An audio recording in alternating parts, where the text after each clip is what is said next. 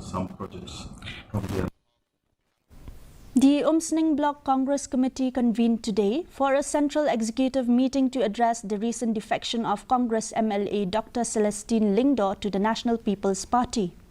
The meeting was held at Umsning and attended by all leaders and members of the Umsning Block Congress Committee.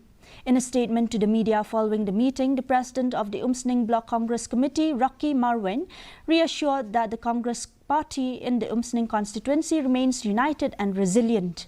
He emphasized that Dr. Celestine Lyngdoh's decision to join the NPP was a personal choice and had not been discussed or endorsed within the party prior to his departure.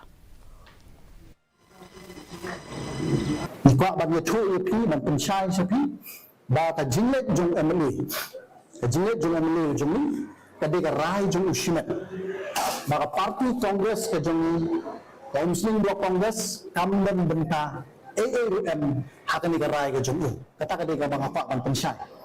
Ka Umsning Block Congress baru kinong kitkam ibadan hangi hakmat jung Umsning Block Congress jung district kinong kitkam jung Youth Congress jung Mahila Congress kinong kitkam jung area baru.